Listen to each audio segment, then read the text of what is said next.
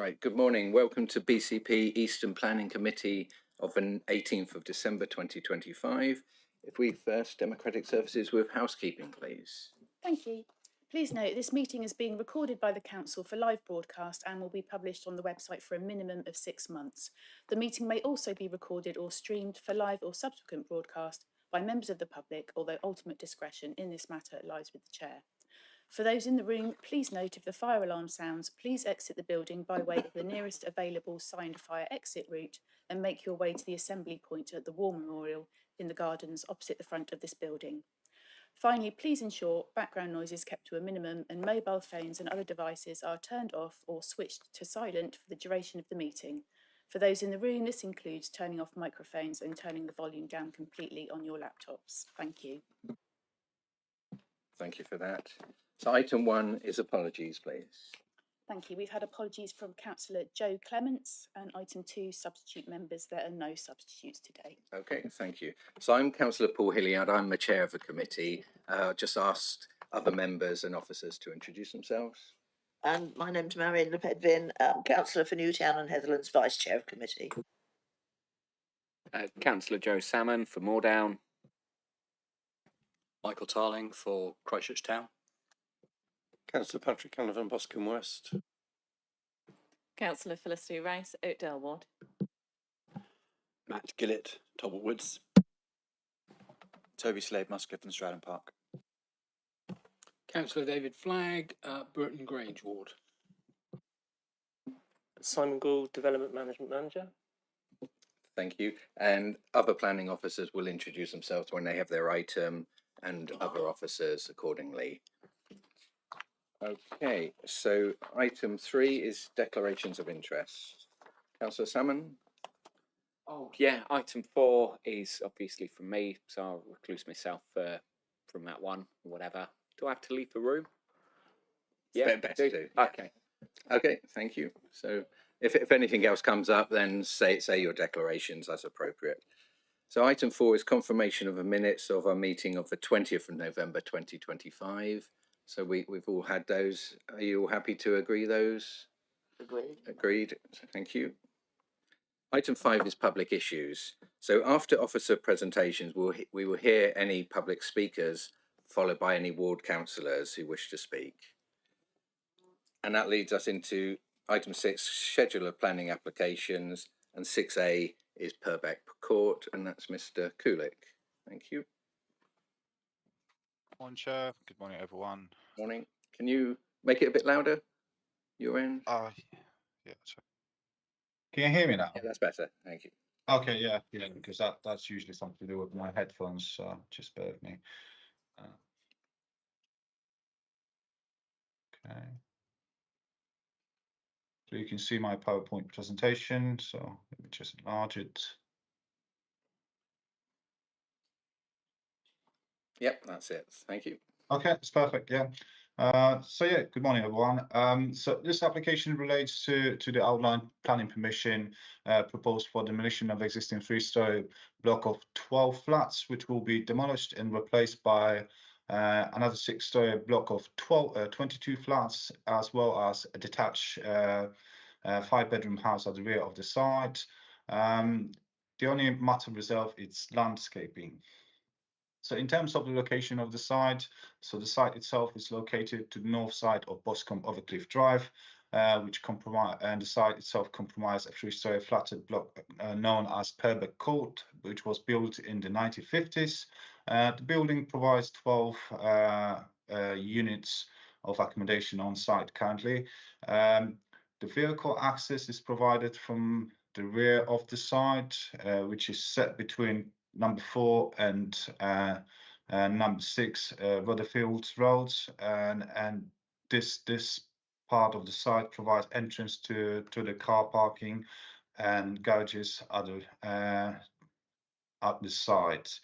Boscombe Overcliff Drive comprises a mix of residential units, which vary between traditional built 2-story dwellings set to the north of the site, which then makes way to flatted developments typically of 4 stories, but there are some examples of 5 stories buildings of contemporary appearance as well. The local design character is mixed, with upper floors generally which are generally set back and of subservient appearance. In 2022, number 63 was demolished, which is the adjoining neighbour towards the west of the site, and number 63 was replaced by a block of contemporary built 7 flats, which were completed in 2021. And then towards the right, which is the eastern side of the site, there was a permission in February 22, which allowed demolition of 2 existing detached houses, which were then replaced and currently under construction by a block of 14 flats. So on this slide, we can see old satellite view from Google Street View. But as I said, you know, at the moment there is actually construction of 14 block of flats adjacent to the application site. In terms of the application side, we've got a site history showing that there was a prior approval for additional 2 floors to allow 6 additional flats, but this permission already expired. And then we've got most recent approval for a block of 19 flats, and this permission will expire in January 2026. Just to show previous prior approval drawings, so we can see existing elevation plans, which includes additional 2 floors. So this is what was proposed under prior approval. And then we've got most recent approval for a contemporary block of 19 flats. And again, we can see street scene drawings. That's the elevation plans approved. Again, contemporary design. And this was allowed a 5-story building. And then in terms of the current application, again, we've got in terms of the block of flats part, we've got contemporary design. However, on the current application, we can see a 6-story building. This building, which will include 22 flats. And then also the current application proposes a detached 5-bedroom house, which will be set at the rear of the site, and this house will be more of traditional design rather than contemporary build design. Just to compare, in comparing to recent approval, the current application adds additional floor, as I mentioned before. Then it should be noted that additional floor the additional floor might create an impression of greater height and psychological altitude, as it was mentioned in the officer's report. Therefore, 6-story structure was objected by the urban design officer, who believes that 6 stories would not contribute well into the local area settings where 6-story buildings are not found. So, however, in terms of the proposed building, as we can see on those plans, the high massing, it's very similar to the most recently approved permission. Also, the height itself and massing is very similar to the prior approval scheme. All those measurements were discussed in the officer's report, so I can refer to the officer's report into more details. Also, on this elevation comparison drawings, we can see again the ridge height massing of the existing proposal, which is 6-story building. It's very similar to those which were previously approved on site. Also, in terms of the footprint, it's very similar to this recently approved on site. The width and setback position between eastern and western boundaries will be almost identical. The rear elevation would match this recently approved. However, the front elevation will be set by approximately 1.5 meters forward when comparing to the most recent approval on site. Then, in terms of the traditional built 5-bedroom detached house, which is proposed at the rear of the site, this dwelling will be set with an established residential area where we can find mostly traditionally built bungalows and 2-story detached houses. Therefore, design itself, its scale, and will match the local area setting. In terms of the impact on the residential amenities, again, similar assessment was taken to this, which was recently approved for a 5-story block of flats. So the current application compromised front-facing balconies with marginal side outlook. The impact on adjacent number 63 and 6971 Boscombe Overcliff Drive was assessed within the officer's reports, and the recommendation is and the officers consider the impact will be acceptable, subject to planning conditions such as condition details of 1.8 meter high balconies, privacy screens to reduce overlooking towards the adjacent amenities. But just to show, 63 Boscombe Overcliff Drive granted permission shows glazing of windows with that are at 1.7 meter floor level height. So again, this was proposed at the adjacent site to reduce overlooking of the adjacent site, which is the current application. 6971 east facing elevation, which faces the application side. Again, we can see loads of obscure glazed windows. Therefore, it is considered that the current proposal won't adversely affect those neighbours as well. In terms of future living conditions, so all flats would benefit from outdoor amenity space. It will be informed either of balconies or patios on ground floor level. Then the detached house will benefit from a spacious garden, and all units will exceed the national minimum space standards. In terms of schedule accommodation, when comparing to the most recent approval, which was for 100% 2-bedroom units provision, the current application actually adds 3-bedroom units on site. Therefore, we can see that as an improvement. And also, on balance, the application is considered to be in line with relevant Boscombe neighbourhood plan policies. And again, we can see that all units will be in line with national minimum standards, actually will well exceed the minimum space standards. In terms of highway safety, the proposal includes underground parking, which will serve proposed flats. There are included disabled spaces, associated bin and cycle storage, and the detached house will benefit from both internal garage and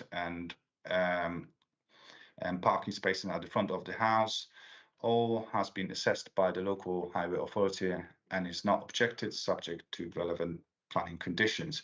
In terms of landscaping, although it is a reserved matter, it was already assessed by our tree officer, and there were discussions between our B&G officer as well, because biodiversity net gain provision need to be secured at this stage. And again, we've got no objection from a tree officer, and also was noted that some trees which are relevant to the site at the northern end of the site will be retained. Then in terms of a soft landscape comparison, we can see that the existing between the existing and most recent approval, the current application shows that actually more soft landscaping is proposed, simply because the most recent approval was showing a hard standing in the middle of the site to allow actually car parking, because we have underground car parking proposed at the moment.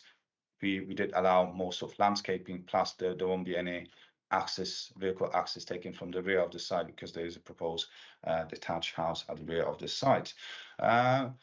Just briefly, in terms of other matters assessed, a cliff stability report was assessed by relevant consultees, which is considered to be acceptable. Same with drainage provision. There is no objection from our drainage engineer, subject to conditioning for compliance with details and recommendations set within the agreed surface water drainage strategy and flood risk assessment report.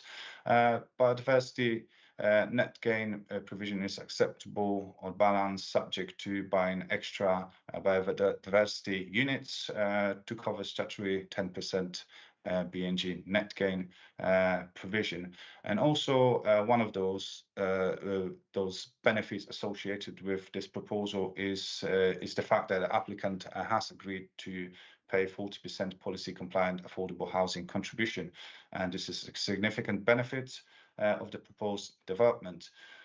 In summary, the proposal would make efficient use of brownfield site by providing 11 additional residential units on site within a highly sustainable location. The public benefit of 11 extra residential units would outweigh the visual perception of a six-story building against buildings with fewer stories within close proximity to the site, given the shortfall of numbers of homes delivered within the local area. The balance is titled in favour of sustainable development and granting planning permission. Also, a positive aspect of the scheme is the fact that all flats will benefit from either balconies or outdoor amenity spaces.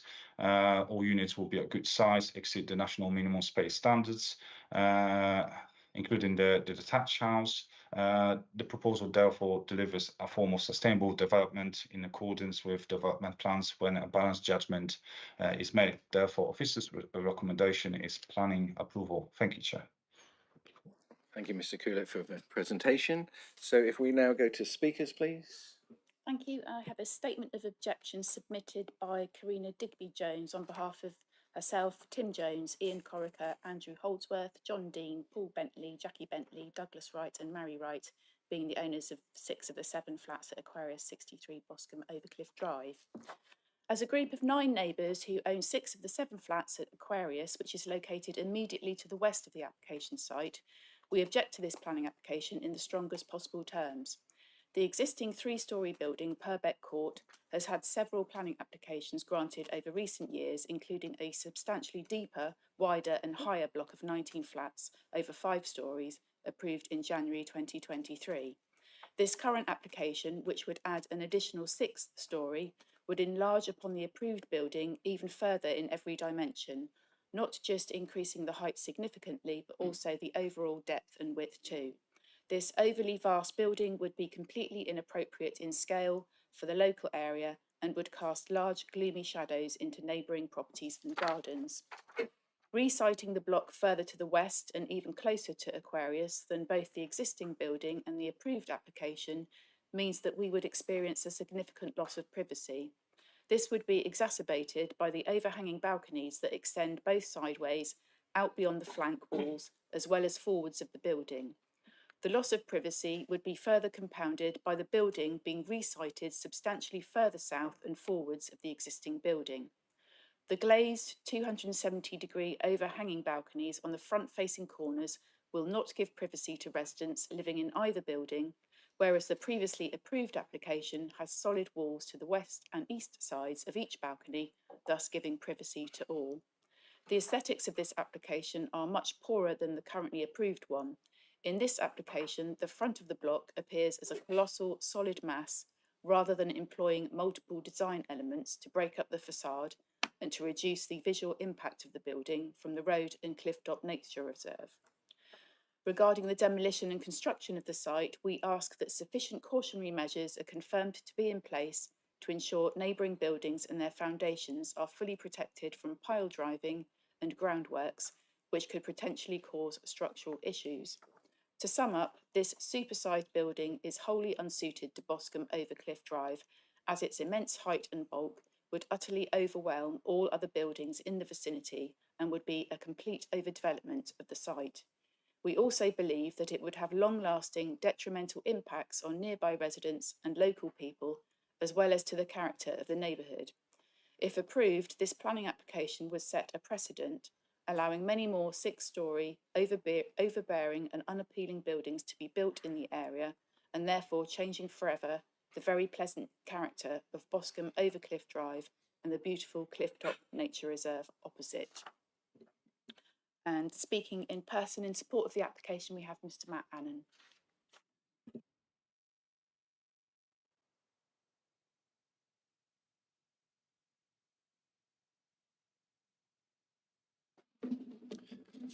Thank you, Chairman. Hello, members. My name is Matt Annan. I'm a Chartered Town Planner, Director of Pure Town Planning, speaking on behalf of Clifftop Developments. This application is the result of over 3 years of design, refinement, technical review and sustained engagement with officers and the community. It directly builds on 2 previously approved schemes for this site and addresses all significant concerns raised previously. Since registration in April 2024, we've worked closely with your officers and consultees, and we thank them for their time and input. Their work has produced a scheme which is fully supported by both the case officer and their team leader.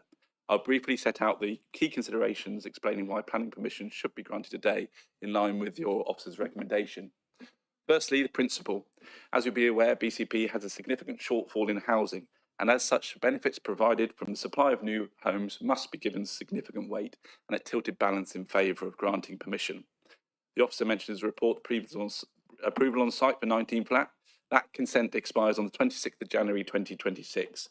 We've taken steps, submitting an NMA and discharge of pre-commencement conditions in order that, should the application be refused today, the owners will be implementing the fallback scheme in January. So this remains a strong and realistic planning consideration for you.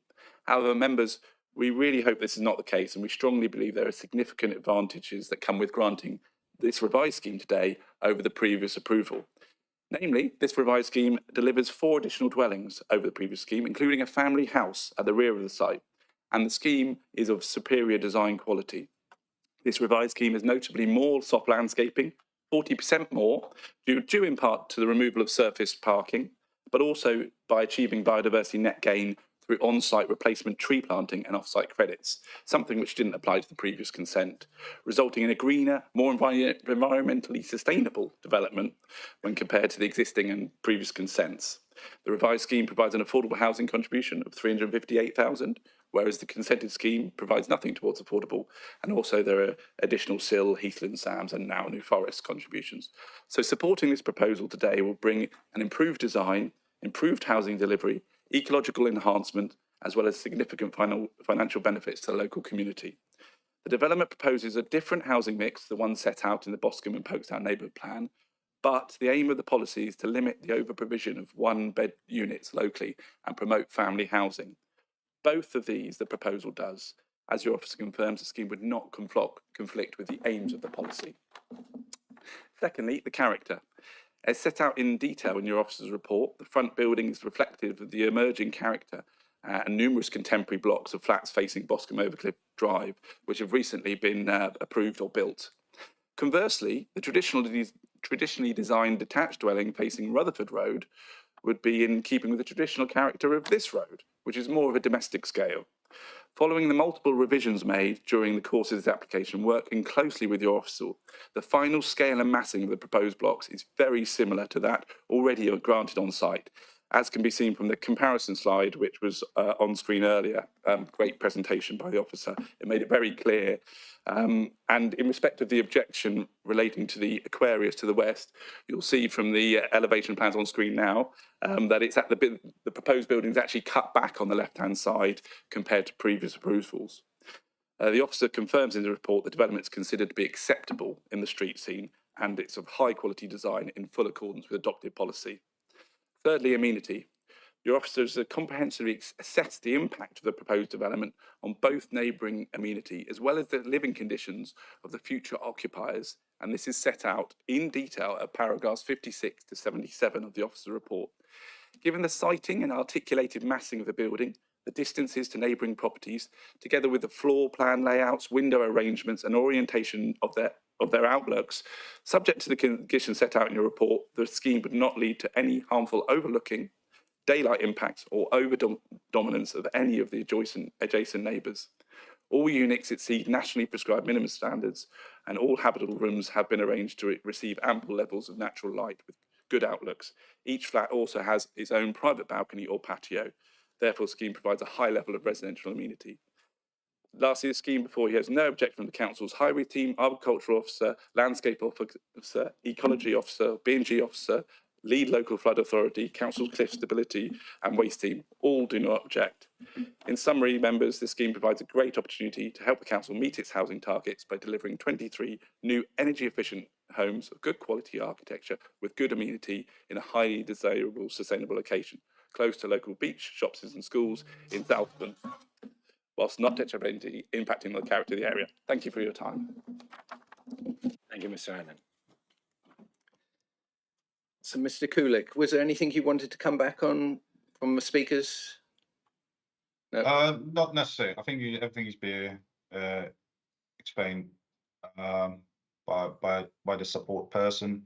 I think the only matter which I could point out, and I discussed it in my presentation, there were those few concerns raised by the objector saying that the scale of the building would differ and will be much bigger, wider, and the footprint will differ than the recent, when comparing to the most recent approval, which is not fairly correct, because I did explain that during my presentation. We did make some comparison drawing.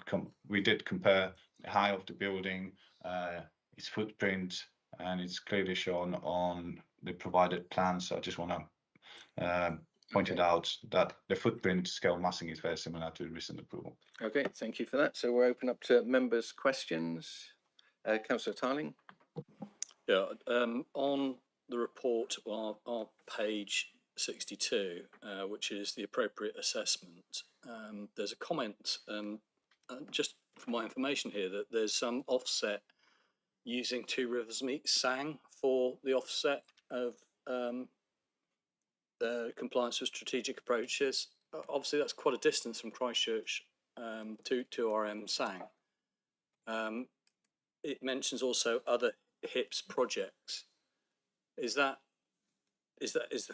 sort of just slightly confused why on the Dorthlands Heathland planning framework you can pull that in? Is that within policy tolerance then?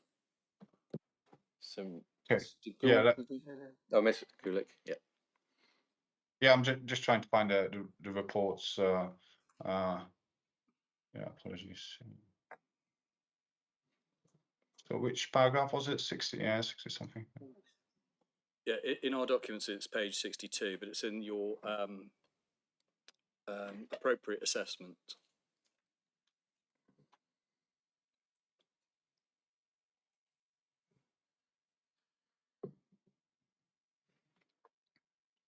Is that within the heathlands mitigation part or new forest Sam? Yeah, the heathland mitigation part. Yeah.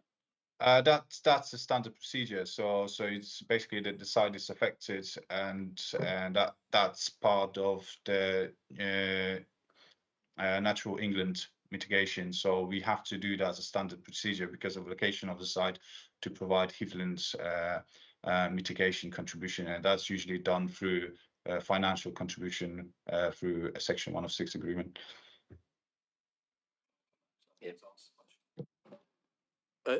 My understanding, though, is that if you use a SANG as part of the mitigation, it has to be in a certain proximity. I was just wondering whether 2RM SANG is actually close enough to be mitigating, or is it some other documents that you, or some other sites you've considered for offsets?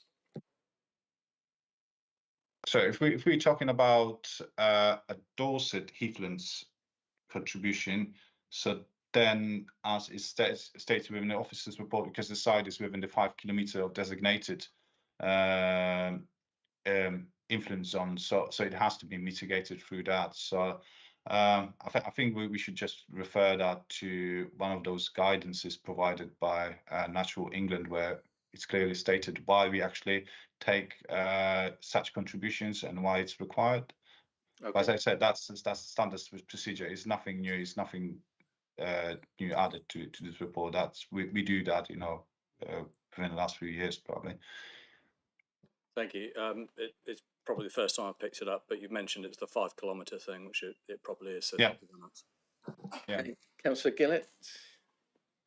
It's just a quick question, probably something which could have been done on an email before. But in terms of the implementation of the Boscombe and Folkestone neighbourhood plan, you put in the report that the current application obviously fails to meet the 50% free bed policy, and that essentially that's fine because it's promoting family housing.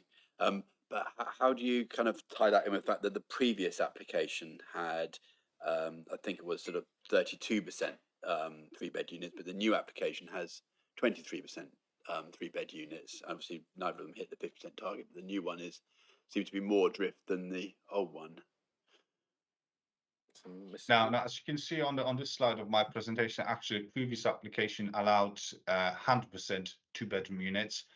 This application would provide more 74% of 2-bed units plus 36% of 3-bedroom units. So actually, the favour is towards a mixed of accommodation rather than have just, let's say, 1 or 2-bedroom units. So what I'm trying to say, either previous permission or even this one is not fully compliant with some of those neighbourhood plan policies, but it's actually improvement when comparing to the previous application, because we actually trying to add more bigger units than 2-bed units. So we got 3-bedroom units. So that's just for flats. Plus we have a 5-bedroom detached house proposed at the rear of the site. So it's actually improvement. So hopefully that's yeah. good. So I was specifically referring to the application 7/2022 3914C. That was aim to deliver. But anyway, I'll accept the explanation. It's a better application. Okay, thank you. Councillor Salmon. I just want to make sure as ever I've properly understood. In my mind, this report says this application does not meet BAP1, BAP2, BAP6, CS6 or CS41, and there's a clear objection from the urban design officer. But the recommendation is to approve, not because there's any way we could explain or say those have been met, but simply because, well, we've got an out-of-date local plan, we are behind our housing targets, and so we just rubber stamp everything that goes through. That's my impression reading the report. I just want to check, is there any way this application could be considered to conform to any of those? I don't think there is, and I don't see anything that says so in this report, but maybe I've misunderstood. Not necessary, because obviously the tilted balance, obviously the most important part we lack of housing supply, as you did mention. So it's a significant contribution towards the housing stock. There was this objection from urban design officer purely because this proposal shows six stories building. But in my report, I did explain that it's actually similar scale massing to this, which was previously approved. Design is not objected itself. There is no objection towards contemporary design. It's in keeping with the local setting. All units will exceed national minimum space standards. So again, reference to relevant neighbourhood plan policies. And obviously other aspects of the schemes are totally acceptable. So obviously we might say, like, let's say BAP6 is not fully compliant, but it's nothing unusual given the existing housing stock supply. Plus, we do approve lots of schemes which are not fully compliant with this specific policy purely because of the housing need, plus other aspects of the scheme which were found acceptable. Councillor Salmon, do you want to? No, I think I'll save my further comments for the debate. Okay, thank you. Councillor Lepedevin. Thank you, Chair. Mr. Kulik, in paragraph 88, you refer to carbon energy, renewable, that sort of thing. Says the applicant has failed to provide information which outlines how the building will be energy efficient. Although the supporter referred to it being energy efficient, you're going to include it in the conditions. Can you remind us exactly what the condition says in that respect? Usually we add in such cases a condition requiring to show additional reports which basically present that at least 10% of energy use will be provided through sustainable ways of energy, like PV panels, or obviously we'll describe some of those requirements which are actually part of building control regulations. But let me just find this condition.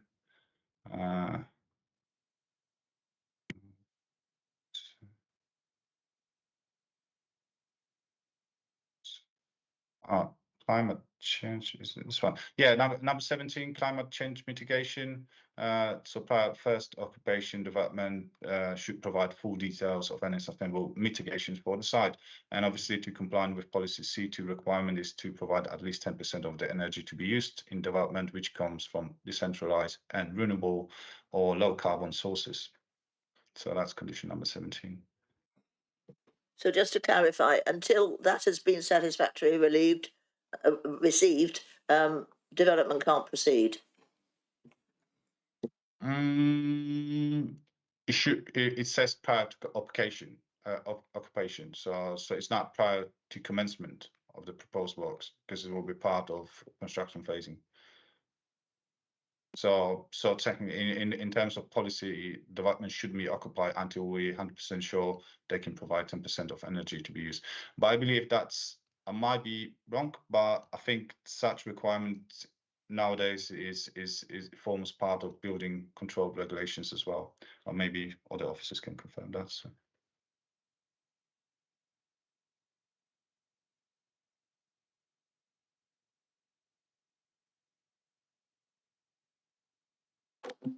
Okay. Thanks, Chair. Yeah, I mean, I was probably going to come in on that point. CS2, which is the policy that obviously Piotr has linked to this, it's actually quite a low bar because the policy is obviously written 12, 13 years ago. Things have moved on in the building regulations world, and a lot of the requirements through building regs would now supersede what that 10% policy would seek to achieve. So it's not a particularly high bar. No, that's always my point. Every time a developer comes along and says we're providing 10%, I say big deal, you know. Yeah, well, I mean, obviously, if we ever get a new local plan, then it might up the bar in that, or it might actually step away from it and leave it to building control, especially in line with some of the new stuff that's coming out of central government at the moment around planning reform, not duplicating when other legislation can deal with matters. But so, I mean, that's so what's it likely to be? You know, soon now. What, the local plan? No, the building regs. Building regs. I'm not a building regs officer. Thought you might know. Never mind. Okay, I'll leave it at that. Okay, so Mr. Cooley, we heard from the objector talking about the west balcony in particular, but it's appropriate for the east as well. So condition 25 talks about obscuring 1.8 metre balconies, but I'm looking at the pictures where, and maybe it is just for aesthetics, so it looks as though the people are looking over a balcony which is nowhere near 1.8 metres, the side balconies. You're referring to the site elevation plans of the Yes, yeah. So yeah, that picture there. So yeah, I think we still would be higher. Yeah, it will be higher. Yeah, it's just illustrative drawings. So obviously that's why we're requesting those additional details through conditions. So notwithstanding of approved plans, some of those details still need to be provided. Okay, and where would you expect all the east and all the west side to be 1.8 and obscure? That'll be my expectation for was assessing this scheme. Yes, through discharge of plan conditions. Yeah. Okay, thank you for that. So if there's Councillor Rice. Thank you. I just wanted to get some further information on the car parking.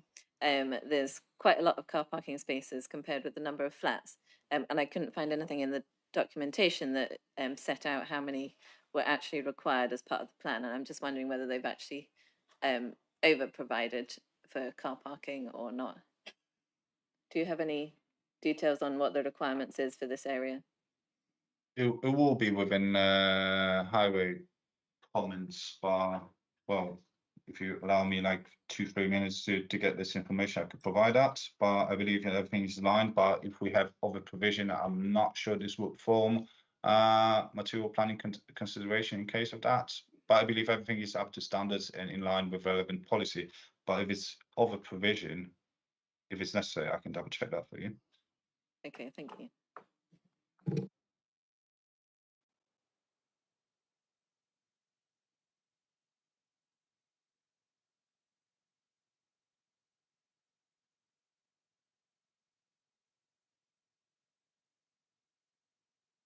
Just stop sharing.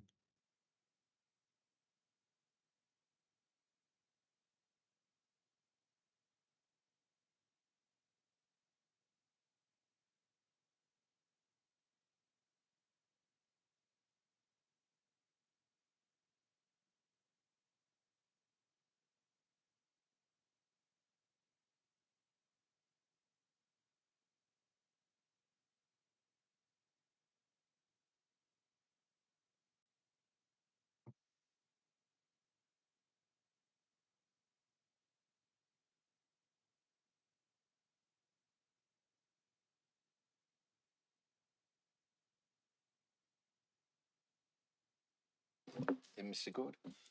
Yeah, thank you, Chair. If it helps members, our parking SPD will often set a minimum requirement for parking for a development, with justification required if you're going to go below that. But I'm not aware that it actually sets a maximum, so that can be kind of negotiated. So that will obviously reflect what the developer wants to provide relative to the context, the area. These are seafront looking apartments. They obviously feel that the demand for those is probably going to require, I don't know the exact number, but maybe 2 parking spaces per. So the SPD. Do you get what the minimum is for that area? I don't know what the minimum is. It's 1 space, sorry, Simon. So it's only required 1 space to be provided each flat. So yeah, but unfortunately, it doesn't set a maximum. Yeah. No, but so that can vary depending on what the developer wants, given the context and the location. Yeah, it's just disappointing. It's very expensive to build underground parking, and to over provide car parking provision in this area, where you're right next to the beach, you're right next to quite a lot of provisions, good bus network. It doesn't look as if there's any planning reason why it should be refused, but I just find it frustrating from a developer point of view that because extra money could be going towards one of the flats could be an affordable flat, for example, instead of providing such extensive car parking, for example. But yeah.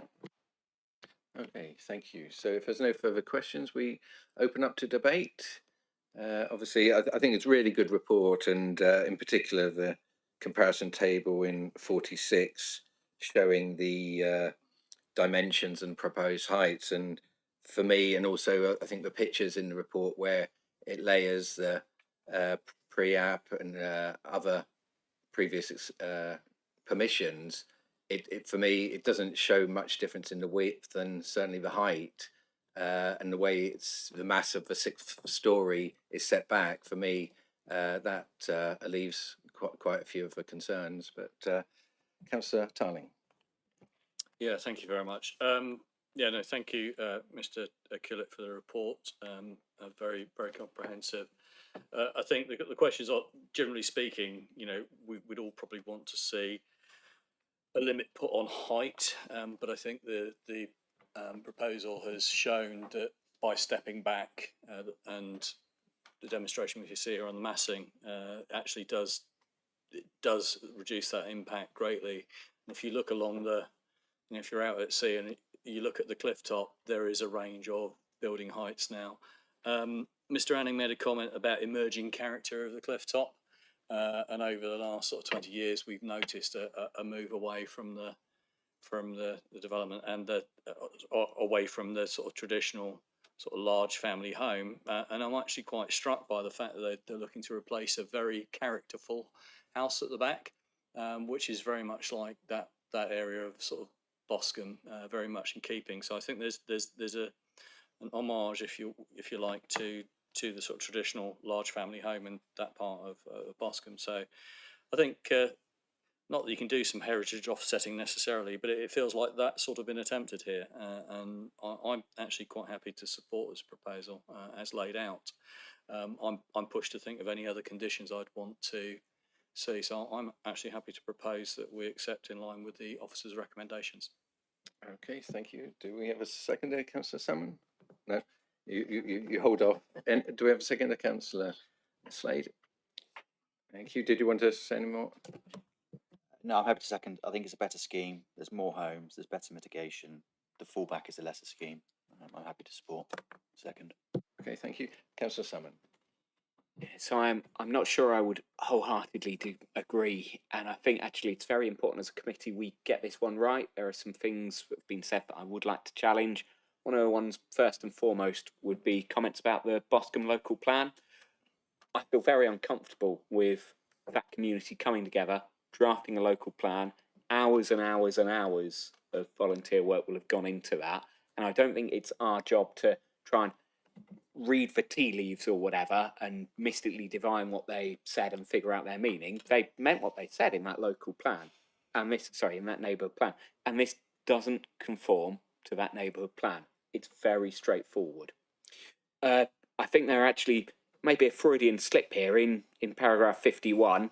We've got a significant public benefit in the form of 22 new and specious residential units. I can only assume that's meant to be spacious rather than specious as in superficially plausible but actually wrong, which is what I think this is.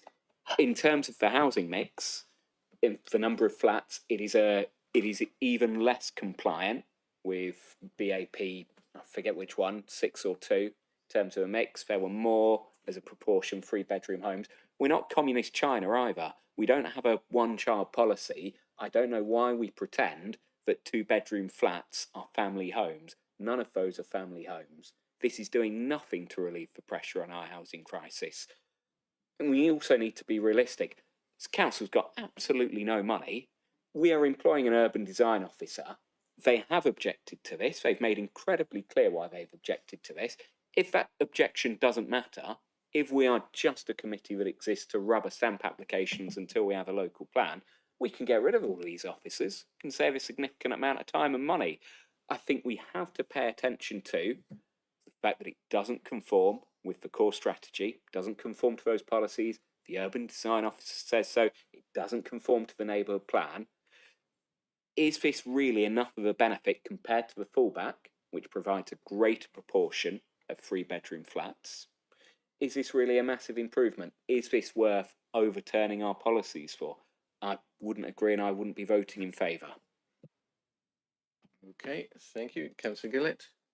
I think there's a lot of truth in what Joe is saying, in the sense that, when you look at BAP 6, it does, it sets out for this site, it should be 50% 3-bed, 40% 2-bed, and 10% 1-bed. That's what the neighbourhood plan agreed, and the previous approval had a higher proportion of 3-bed units. It was closer, so when they wrote the neighbourhood plan, they weren't sort of giving something which you could generally aim at. It's not like biodiversity net gain. Well, we got 2%. Well, that's better than 0.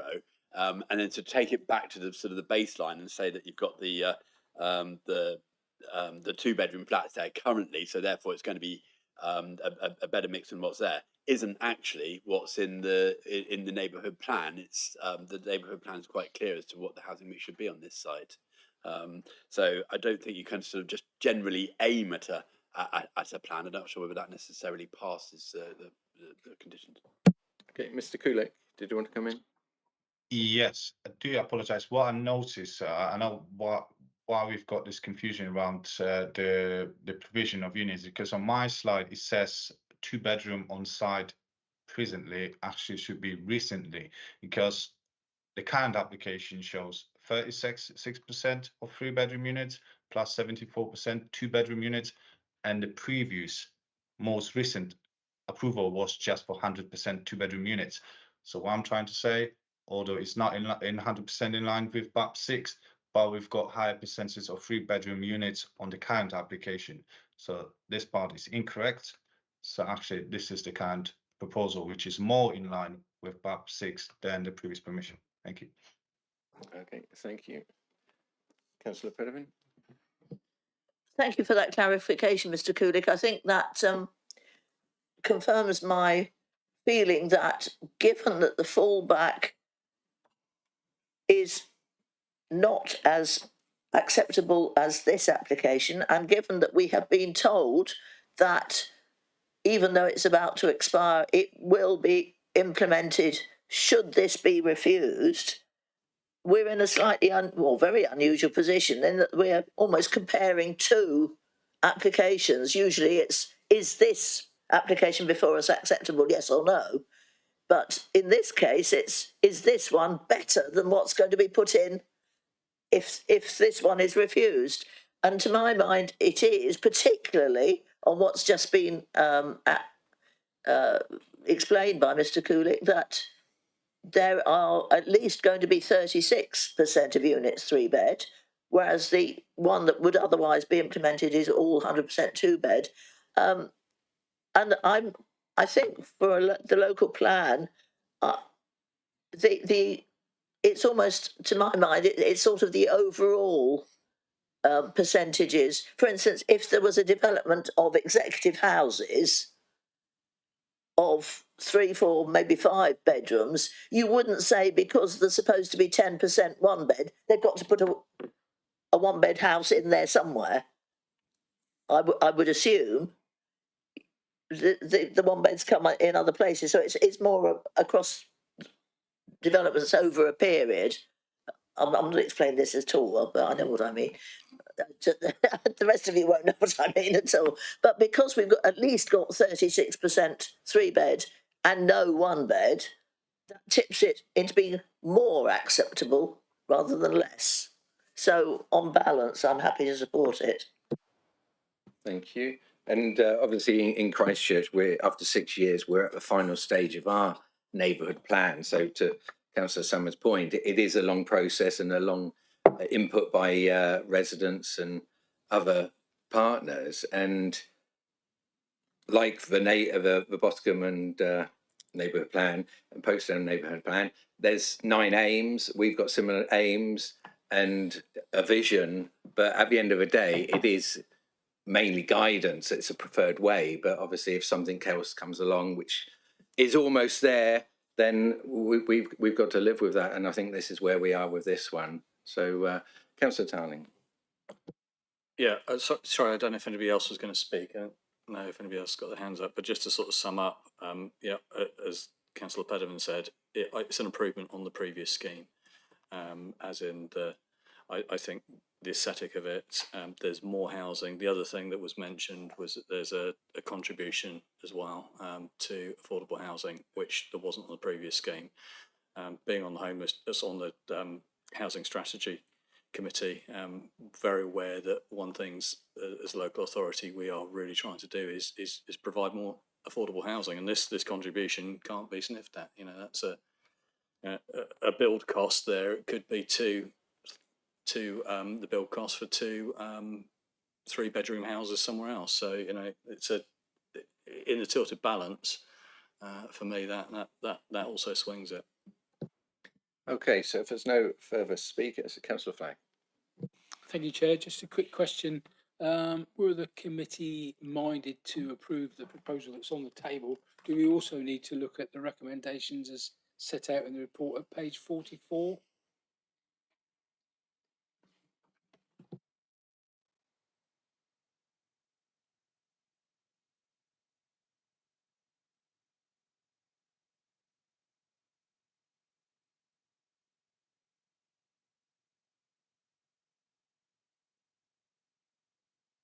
So,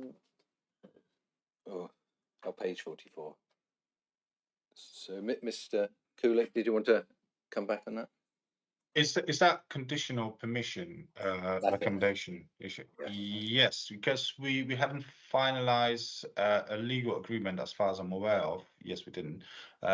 So obviously, when the committee will make the decision, we have to pick up which recommendation would apply. So usually, some of those recommendations says obviously it's subject to completion of legal agreement. I believe it's recommendation 1. So obviously, when granting a planning permission, we have to refer to which recommendation of report would be acceptable. Okay, so Councillor Tarling, did you? Yeah, sorry, I thought all 3 recommendations were it's not we don't pick one, it's all 3 there that we're applying. Yeah, so all 3 as laid out in the recommendation, yeah. Okay, thank you for confirming that. So the proposal to approve has been made by Councillor Tarling, seconded by Councillor Slade. So if we vote now, so if you're in favour of the proposal, vote now for. 1, 2, 3, 4, 5, 6. If you're against the proposal, show now. 1, And abstention. 2. So that is approved. How many approved? So Majority? 6 votes in favour, 1 against and 2 abstentions. Okay, Chair. thank you. So that is approved. Good, Chair. Thank you. Thank you, Mr. Kulik. We'll just take a moment to change the next presentation, which is 6B, Silverway, Highcliffe.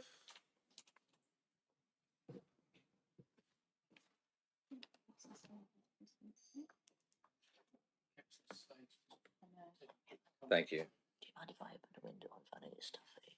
Yeah, I do.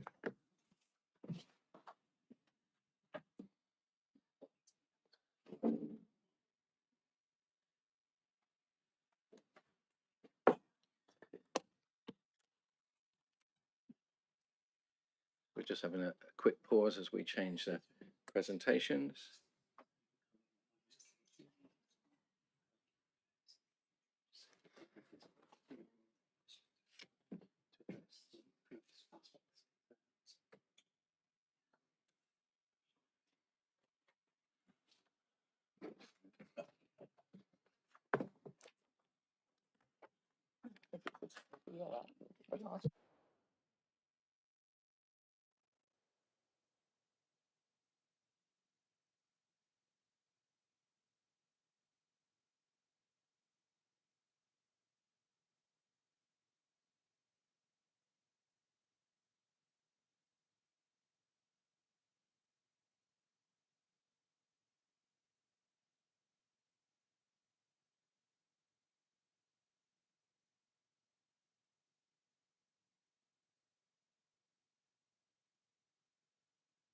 Okay, so Miss Haynes, if you want to do the presentation. Completed. Thank you, Chair. Ready?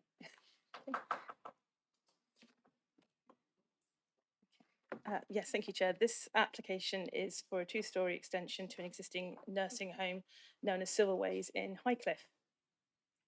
The extension would provide 10 additional bedrooms. This application has been brought to committee as there have been 20 objections from residents within 1 mile of the application site.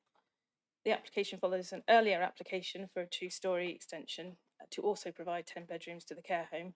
And this application went to a non-determination appeal where it was dismissed due to loss of privacy as a result of overlooking from upper floor bedroom windows of the extension towards parts of the rear garden of 29 and 30 Pine Crescent, and more significantly to the property of 29A Pine Crescent, which was an infill bungalow at the rear. The application now before this committee seeks to address these reasons for the dismissal of that appeal by making a number of changes to the layout and design of the extension. So the application site comprises an established nursing home premises located at the northern end of Silverway and is surrounded by residential development on all sides. The care home is centrally positioned within the site with 4 wings which extend towards the site boundaries. This is an aerial image showing the landscape setting of the nursing home premises, where there are a number of mature trees around the boundaries and within the site.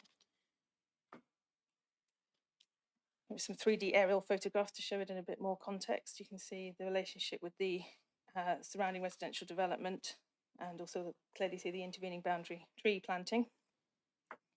And second photograph has been reorientated to show the southern part of the site, which is where the extension is proposed to be built. Here are some site photographs. Top ones show the site entrance, what you can see standing in Silver Way looking up towards the site entrance. And you can see the conical shape of the roof of the care home. You can see the existing trees. The bottom photographs show it at the point of the site entrance, and you can see the southern boundary of the site, which flanks a pedestrian path, which you can see on that lower right hand photograph linking Silver Way with Pine Crescent.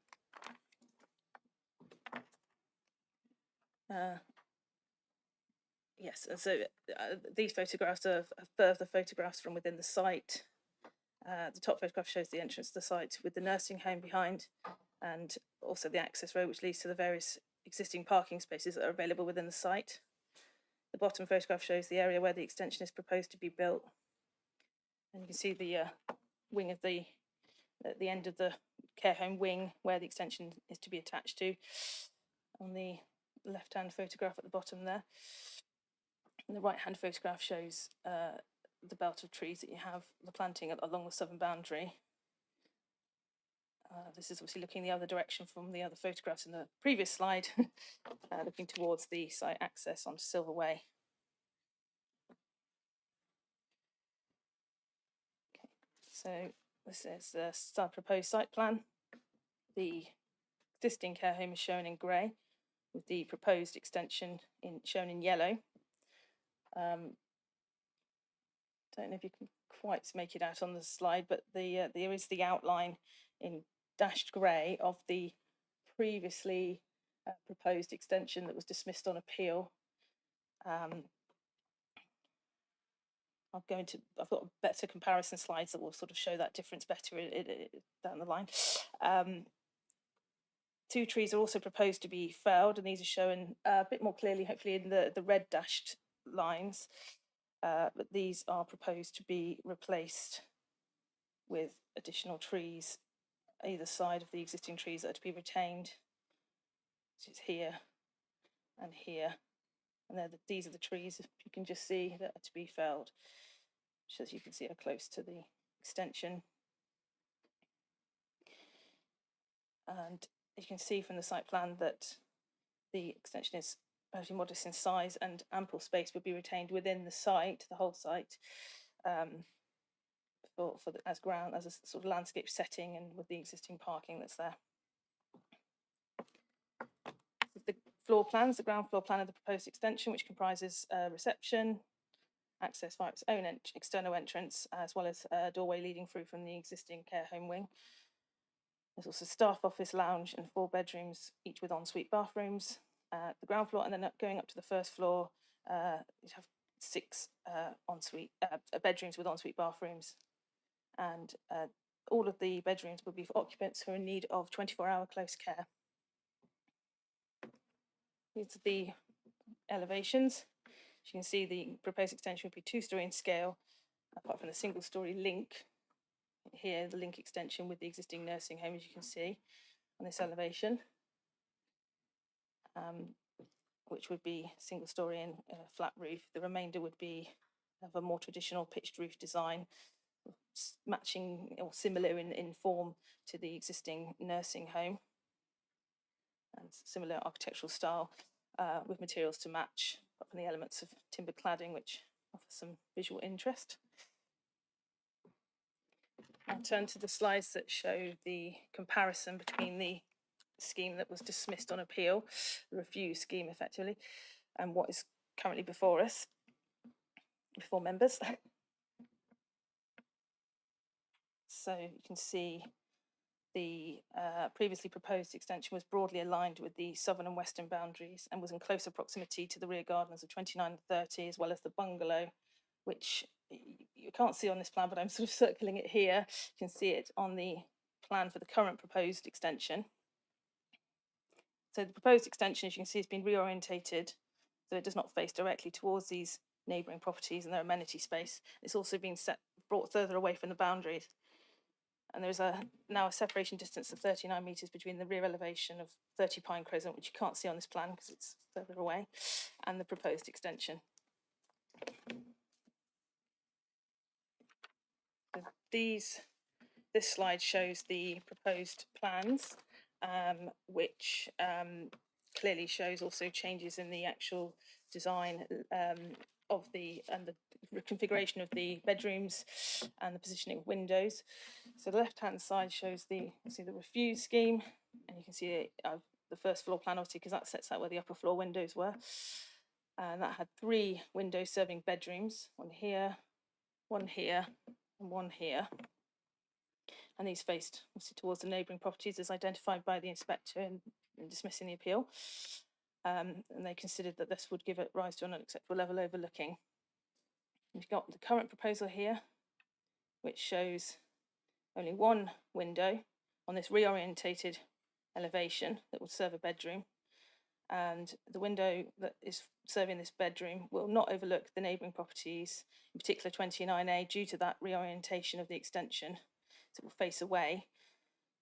And the other windows that are on this elevation, and there's one on the side here, will serve bathrooms, and as such can be obscure glazed and either fixed shut or hung in such a way as to prevent overlooking when open.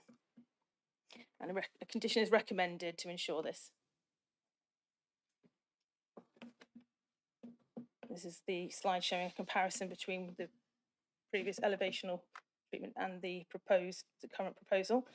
So the key difference is that it was a 2-storey block design with flat roofs, in contrast to the current proposal, which is the more traditional pitched roof design. And I have selected this elevation because this is the elevation that is nearest to those boundaries with the neighbours. As you can see, it was orientated to be more west facing, so the proposed west elevation.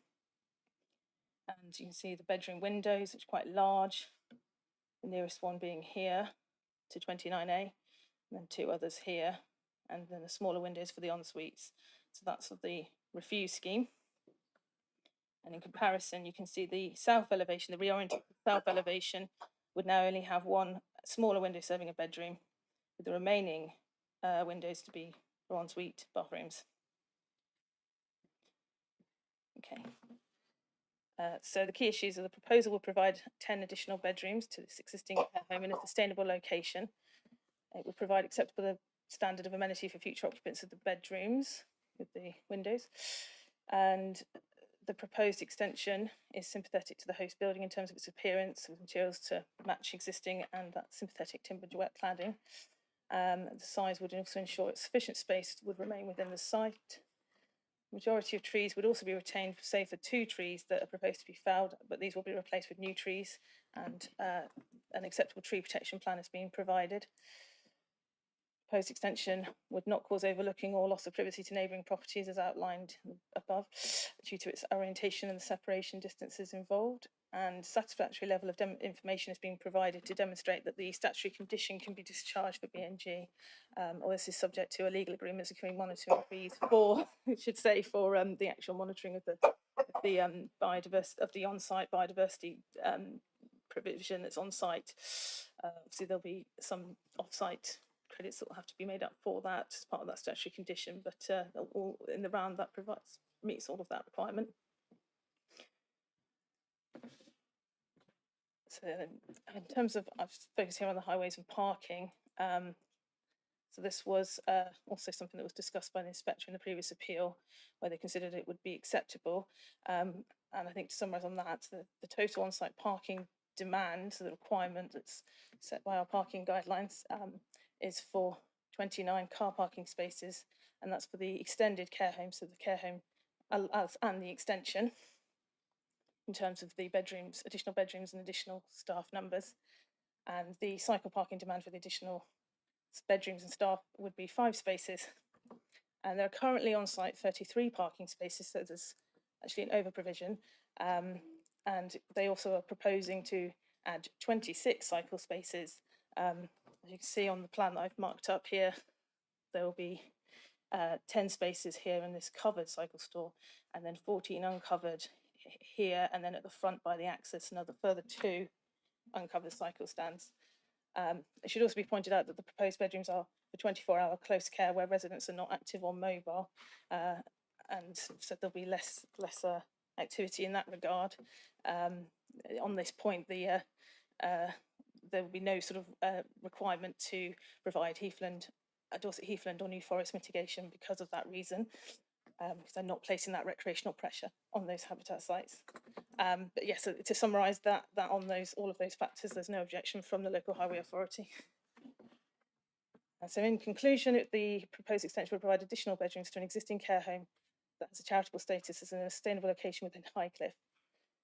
It would improve an existing healthcare facility that is recognised as a locally important community facility within the Highcliffe and Walkford neighbourhood plan. It's considered acceptable in relation to character and appearance, residential amenity, future amenity of the occupants of the bedrooms, highways and parking, and in all other matters. Therefore, the proposal is recommended for approval subject to the completion of the Section 106 agreement. Thank you, Ms. Haynes, for that informative report. So, speakers, please. Thank you, Chair. We have no speakers registered in objection. In support of the application, we have Mr. Giles Moyer and Mr. Doug Furlong.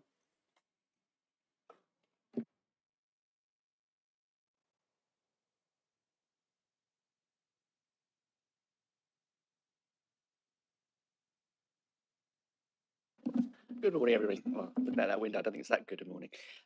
My name's Doug Furlong, and I'm the Chief Executive of Christchurch Housing Society.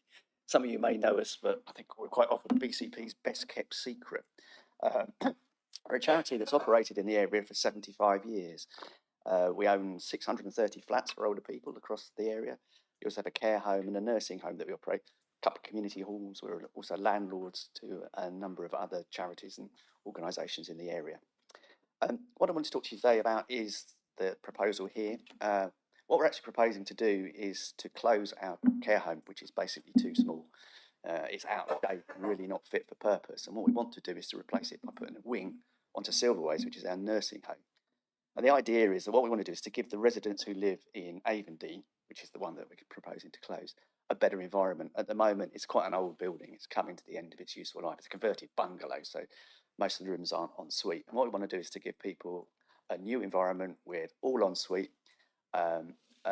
with better facilities and also access to the activities that go on in Silverways, and also to give them a better environment. For example, Avondy hasn't really got much of a garden, and Silverways is lucky enough to have some quite good ground. So what we want to do is to give people the opportunity to benefit from being on site, to go to the activities that take place in there.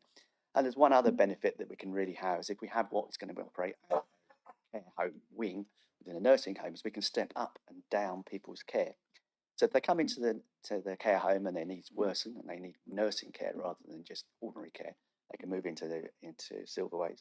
And equally well, if you're in Silverways, some people come to Silverways quite ill, and when we look after them, they get better and they actually need less intensive care, and they can then move back out into Avondean while remaining on the site. Not something that we can do at the moment.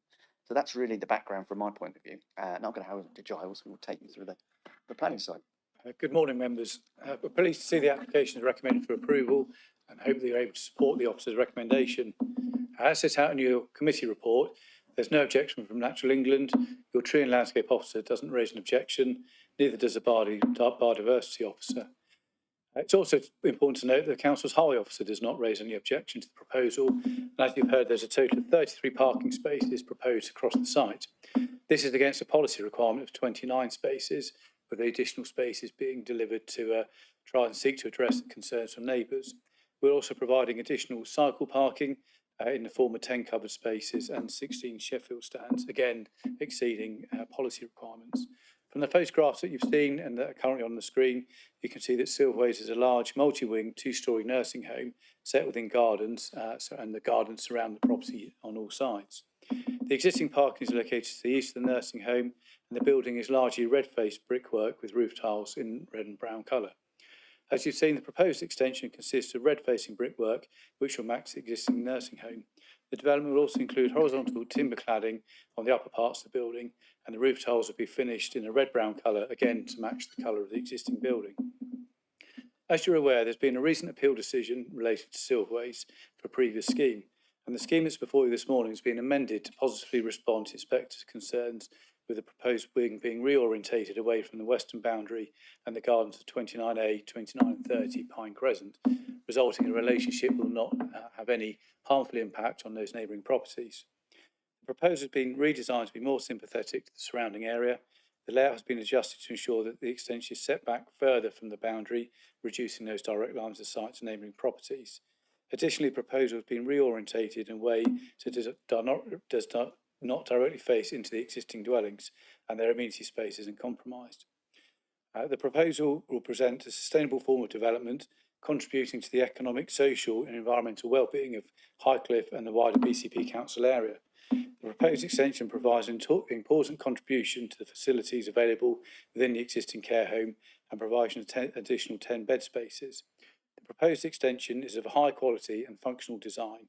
It has been sensitively located on the site to avoid any impact on neighbouring properties, and I trust, having considered the application, you're able to support the recommendation and approve the application. Thank you. Thank you for your speeches. Okay, so Ms Haynes, was there anything you wanted to bring up from what's been said? No, I think that No, covers everything. that's fine. So members, questions? Councillor Canavan? Thank you, Chair.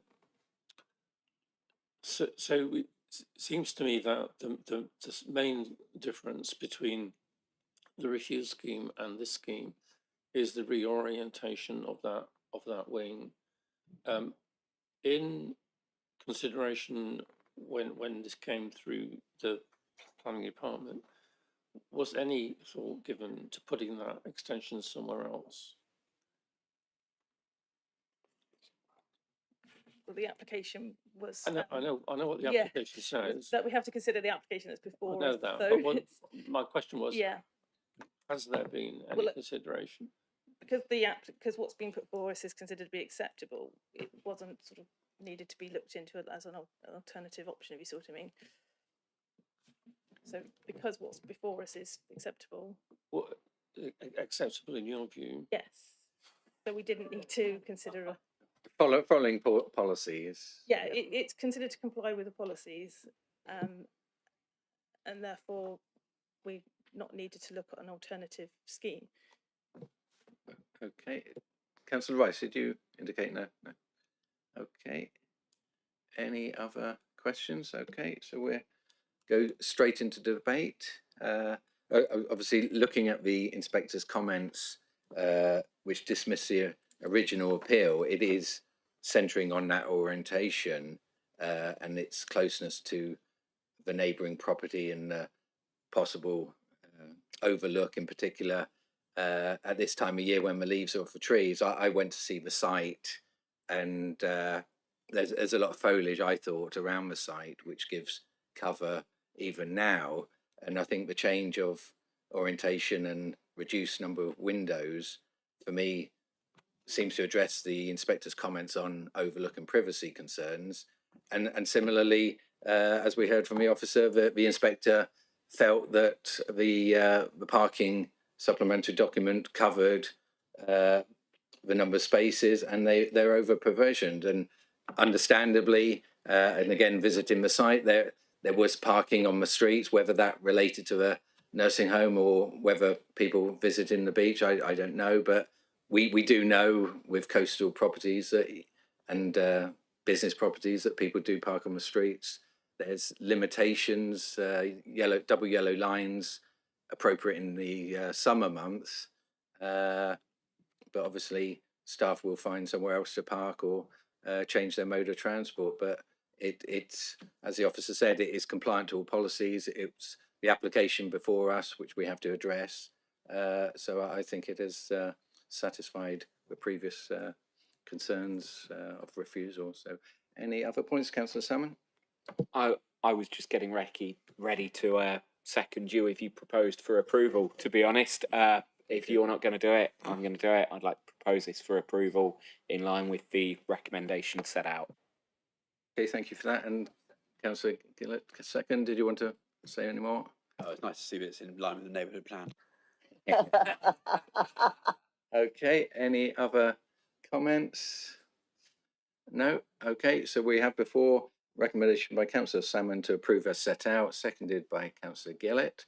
So if you want to in favour of that, show now. 1, 2, 3, 4, 5, 6, 7, 8. Against?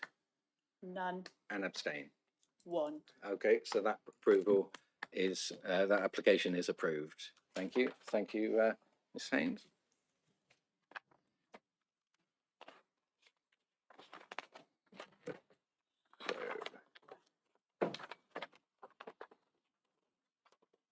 So the next application is 6C, Nursery Road. So we'll just take a moment to set up.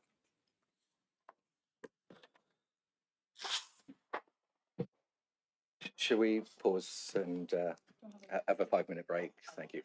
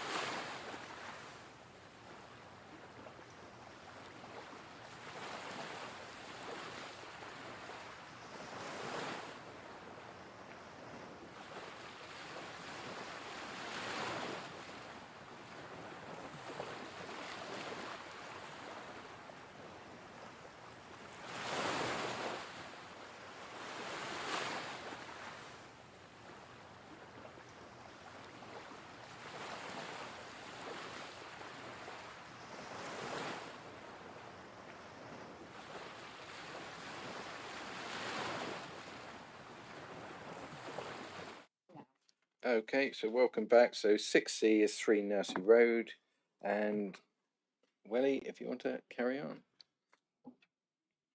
Thank you, Chair. Good morning, members. Basically, before I delve into the presentation, this application was called in by Councillor Simon due to, because a neighbor had objected to the application. However, a few days back, Councillor emailed wanting to withdraw the application.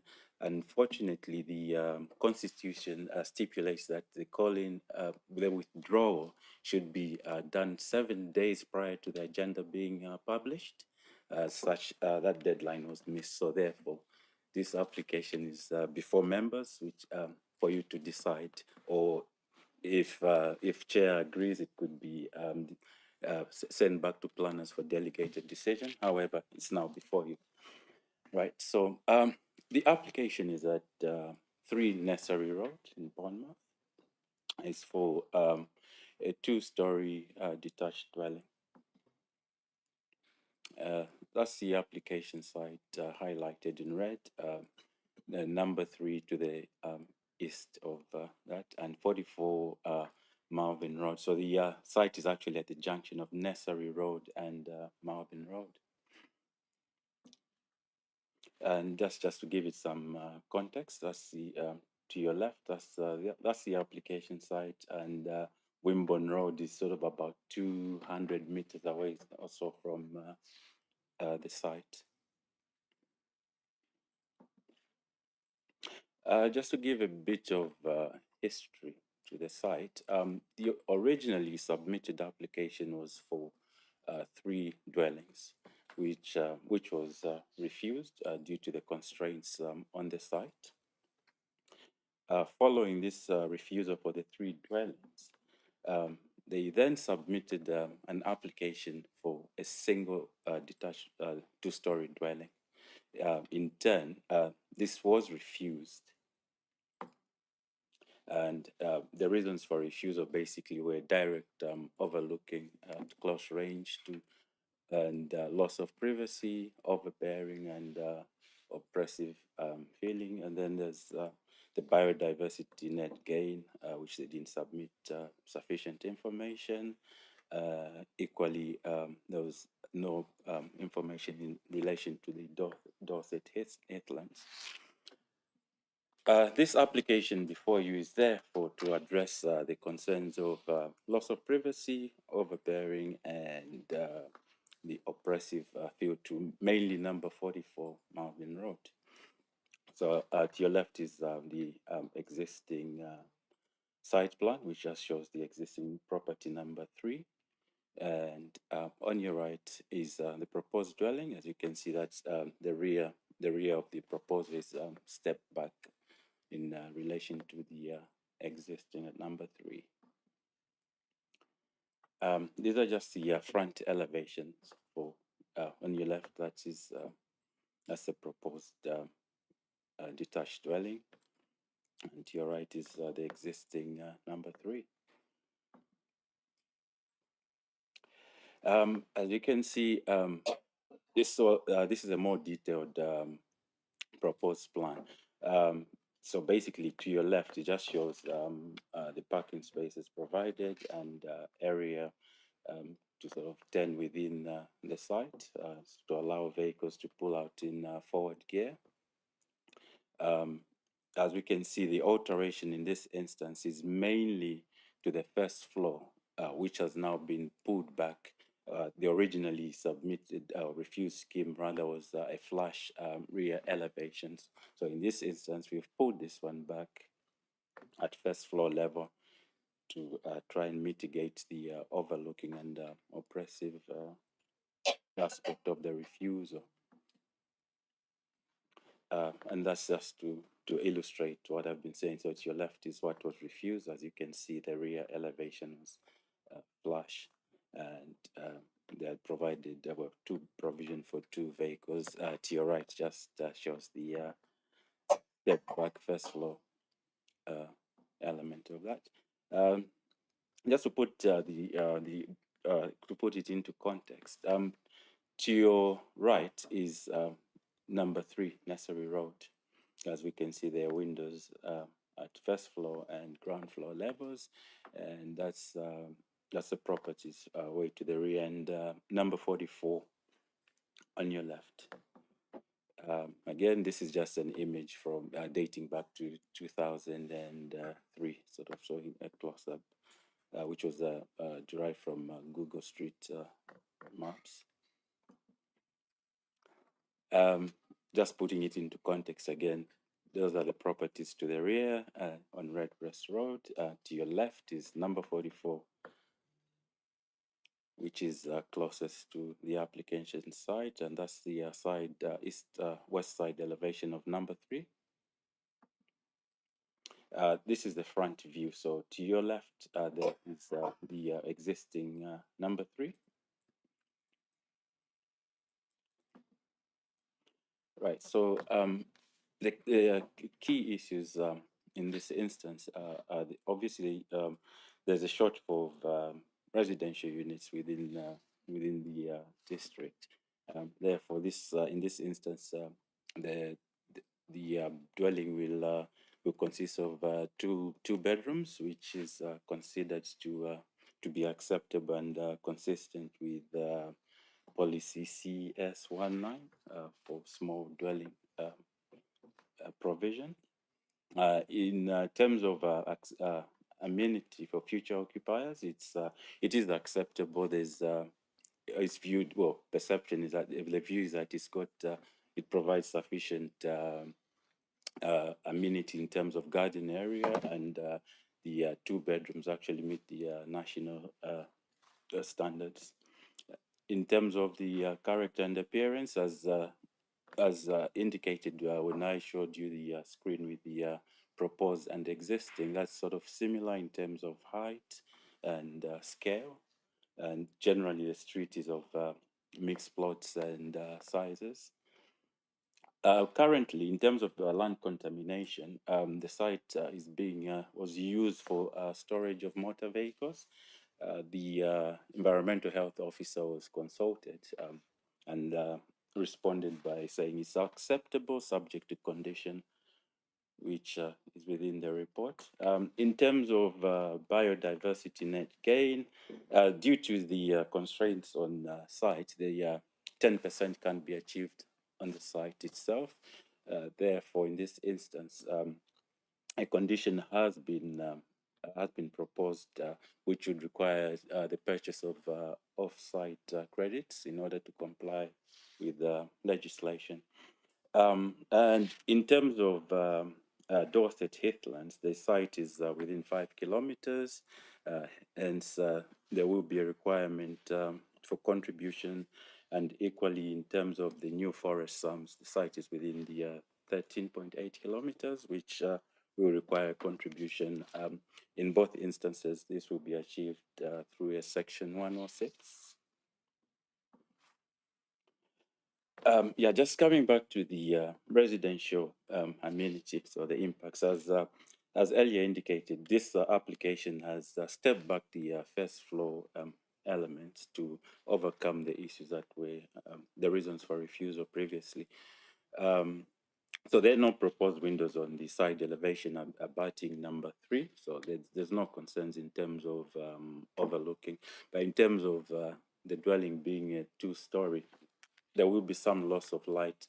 If you recall, I showed you a photographic image showing the windows on the side of number 3. But however, those do not serve primary accommodation. Therefore, it's considered acceptable. In terms of the most rear property, number 9, Redbreast, the back-to-back distance is 25 meters, which is acceptable. That's at ground floor level. At the first floor level, where the step back is achieved, the distance. It is 25 meters, and it's the other way around. So at the most rear first ground floor extension is 21 meters, and due to the step back, that increases to 25 meters, which is acceptable. And obviously, being in an urban area, overlooking is common. In terms of 44 Marvin Road, where the biggest complaint was in terms of loss of privacy and overbearing. So what has happened is the first floor level, the refused application at first floor indicated that they would have 2 bedrooms to the rear. So with this scheme, there's 1 bedroom proposed to the left side of that first floor, and to the right side. To the left side is now a bathroom, which we've conditioned to have obscure glazed glassing to overcome that overlooking. So the combination of stepping back the first floor and changing that room to from bedroom to bathroom with obscure glazing, in my view, overcomes that aspect of the refusal. Just to illustrate the separation distances I was discussing. So as you can see, that mauve arrow just shows the distance between number 9 Redbreast and the application side, which is acceptable. And the 2 blue lines show the number 44, which is mostly impacted upon. So within that area, my cursor moving, there's a side window, which was of main concern. But having looked at the history, that actually serves a bathroom for number 44. So as such, that's considered that the overlooking would not be detrimental to their living conditions. Yeah, that's just to illustrate what I was saying, the history. In terms of highways, there's currently an existing drop curb access to the site, which is shown on that plan there. If you can see where my cursor is, so that's currently the access for the site, which is considered acceptable. We consulted the highways officer who accepted the plans and raised no objection. And to your right, as you can see, they've illustrated that with a tracking diagram that a motor vehicle can turn within the site and pull out in forward gear. And let's just really show the parking standards in this instance. The site is in Zone B and a requirement of 1 parking space, which is acceptable. So in conclusion, it's considered that the proposals are acceptable in terms of character, appearance, residential amenity for future occupiers, and in terms of parking. And it will provide the much needed small family dwellings within the locality. As such, the application is recommended for approval. Okay, thank you, Wally, Thank for you, the Chair. presentation. So, Councillor Salmon, obviously we heard from Welly about did you just want to update us? Councillor Kate, for clarity, it was Councillor Kate Salmon who called it in, so Councillor Joe Salmon remains on the committee. Thank you, Chair. Yes, thank you, committee. As the case officer did explain to you, this was called in. There's been a bit of a tortuous history with this one. It was called in a while ago on the previous application, a conditional call in if it was recommended to be approved. The previous application wasn't. But the person I was dealing with, the neighbour, the immediate neighbour, had some remaining concerns with the new application when it came through, which weren't actually resolved until, or to my knowledge, weren't resolved until a few days ago, by which point, unfortunately, it was too late for me to withdraw the call in. The final concerns were actually relating to the highways issues and the visibility displays for the vehicles entering the development site, but that has been, by negotiation with the applicant, I understand that you've had a supplement, an addendum with an amended condition around that, which has satisfied the neighbour. So all parties now satisfied. Therefore, I have nothing else to say. Thank you for your time. Okay, thank you for the update. And just on that point, so we got Miss Holbrook on the line. Did you just want to just update us on the parking issue, highways issue, please? Good morning, Chair. Yes, so the plans which were amended was to do with the visibility splay. So on the site plan, the original application showed a splay adjacent to the neighbouring property number 44, and the issue became over a boundary of who owned that side boundary to be able to lower it. And so the latest update is that they're now not lowering the boundary. So it is as it is at the moment. Now, it is an existing access. It's not a great access. It's not one we would approve now because it's obviously very close to that junction. And because of the geometry, we know there are higher speeds going round. So the issue here is where we were trying to make it safer by adding in additional visibility splays, which the applicant proposed. However, it then came to light that the applicant didn't own that boundary, and therefore they couldn't then just reduce it. So we then accepted a plan to show it as it was. So it's no worse than what it is at the moment. It's still one access for one dwelling house. And we've ensured that there is turning space on site, which is really important in this location. And I've put forward a condition to ensure it remains a turning area and not another parking space, so that future residents know that is the turning area, so they can enter and exit in a forward gear. So based on the proposed plans, there's no objections in highway terms. Thank you. Okay, thank you for that update. So questions from members? So Welly, just from me, so obviously one of the previous schemes was objected to on parking grounds and also on harm to the neighbour. So the parking, as we've just heard, the parking having the turning zone, that alleviates that previous concern. Thank you, Chair.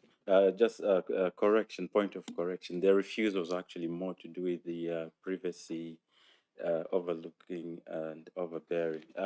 In terms of highways, I think it was more to do with the visibility displays, which, as my colleague just explained, that was where the neighbor objected because it was proposed to have, I think it was 2 meters highway, the place. So that element has now been omitted, which is acceptable. Okay, thank you for that. And obviously we've had 3 in the addendum. There are updated conditions. So we go to debate now. Anyone want to kick off? I think it's good update from Councillor Salmon, obviously, to hear that the neighbour has are happy. So Councillor Tarling.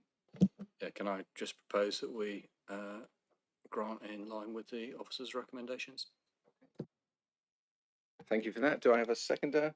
Councillor Salmon? Yep. Okay, so it's been proposed and seconded. Any other further debate? Okay, no. So it's proposal for acceptance. If you show now, please. Chair, that's unanimous. Okay, thank you. So that application is approved. Thank you for your presentation.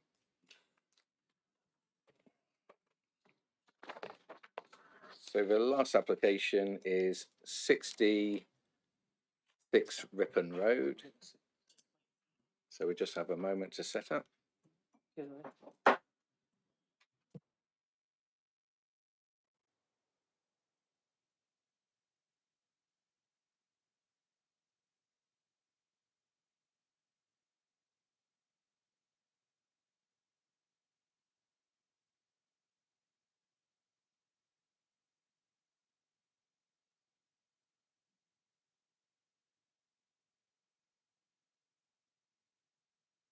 And just to say that Councillor Joe Salmon is leaving the building as previous declared interest.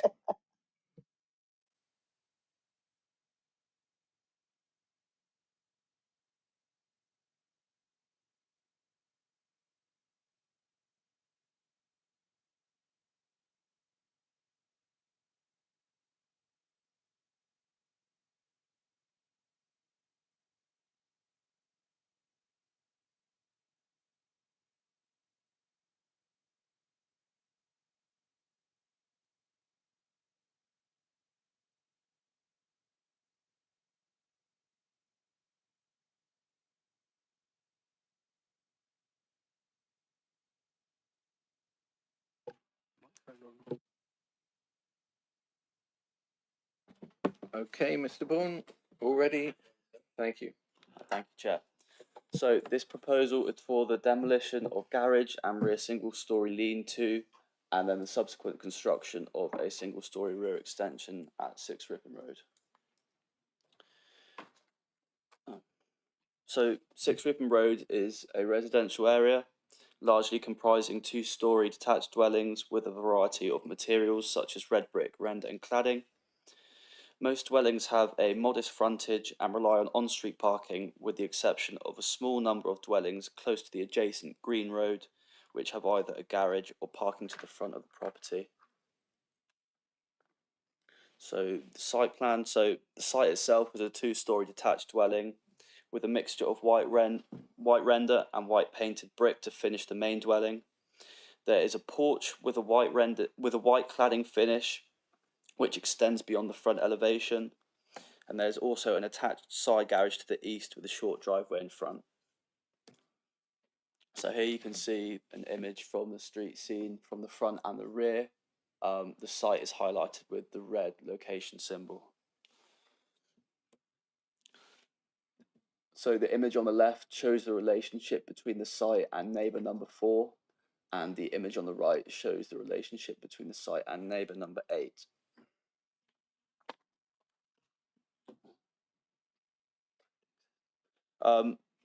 So existing floor plans are on screen now and elevations are on the right. And the proposed showing a fairly modest rear single-storey extension. It will have a smooth rendered finish which will match the existing building, and the new window on the side elevation will serve a toilet room which will be obscure glazed.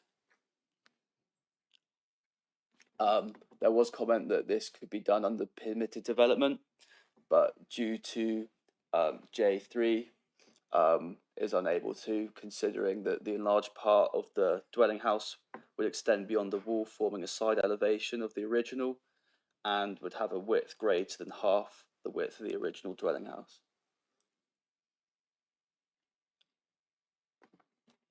So on site, it was clear that there is a neighbouring window which does face onto the existing building. This is a secondary window to the main rearward facing window and serves a kitchen. Is not considered to have a materially harmful impact on this neighbour, considering that the window is secondary. So to conclude, considering the size and the sitting of the development, it will not have a harmful character. It will not, have a harmful impact on the character and appearance of the area. It would not have material harmful impact on the residential amenity. And there were no objections raised from the local highway authority to the removal of the garage, and the recommendations for approval. Okay, Mr. Bourne, thank you for that concise report. So there are no speakers, so we'll go straight into questions of the officer. No, and we'll go straight into the debate. So obviously it's come to us for constitutional reasons. So Councillor Lepedevin. Well, I've been assured by an officer that but for the applicants being councillors, and even more significant, a member of this committee, this would have been approved under delegated powers. So I'm happy to propose that we accept it as it stands. You and Councillor Tarling. Yeah, I feel I've got to make some comment about parking, cycling and BNG on this one, but bear in mind who the applicants are, but that would be vexatious and completely untoward, so I'm happy to second. Thank you. Okay, thank you for that. So if there's no further debate, we'll go to a vote. So it's been proposed and seconded as set out to approve. If you show now, if you're in favour. Chair, that's unanimous. Okay, thank you. Thank you, Mr. Bourne. Okay, so item 7 is the appeals report. Mr. Gould. Thank you, Chair. just the updated appeals report, tables 1 and 2, obviously fairly self-explanatory. Table 3 obviously adds in October, and you can see that in that month there were 17 appeal decisions received. 15 of those were dismissed, 2 of those were allowed, so that equates to an 11% overturn, which is pretty good, well in line with the national average. And there's a couple of examples of some of the appeals decisions that we received in the pool area that we've added in there. So I'll welcome any questions. Thanks, Chair. Okay, Councillor Canavan. Yeah, thank you for this.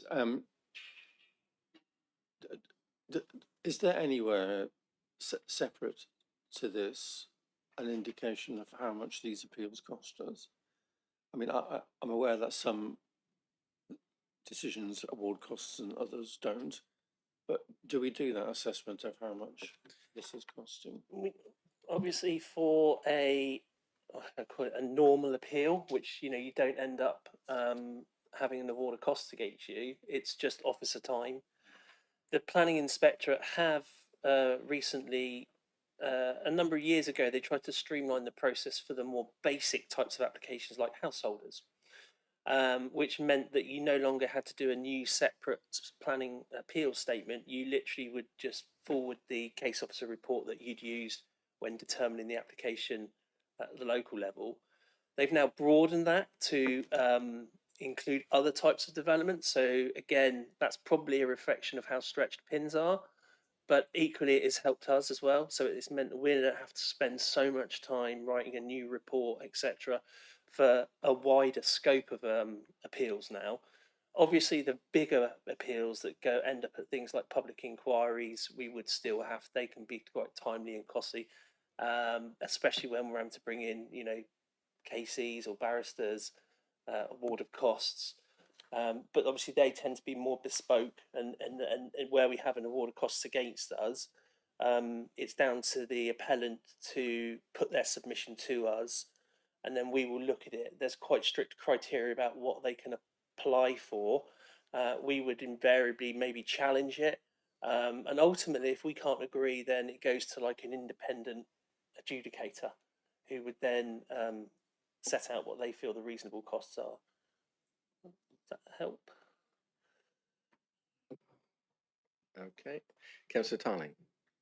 Yeah, I do actually read when we get obviously the last couple of years we've been getting the actual notifications come through on the emails, and I do actually read them, especially the ones that are related to Christchurch. And I've noticed there's definitely been a change in the drop in the appeals allowed. So can I just commend the whole planning department for the turnaround in my short term as being on planning committee and a councillor, that I've noticed an improvement over the last few years in the appeals, and I think it's a good metric to see that we're now below the average. And not that we probably don't have enough to do a proper statistical analysis of it, but I'm quite pleased that Mr. Gould has highlighted that we're now we're in the normal zone of appeals rather than constantly being charged for the big one that's upsetting is non-determinations, when we can't make a decision, which is the one that's I think a bit shameful. But no, just acknowledge that the work of our planning department. Yeah, thank you. Agree with that. So if there's no further questions, thank you for noted report, and that is the end of the meeting. So thank you. Just off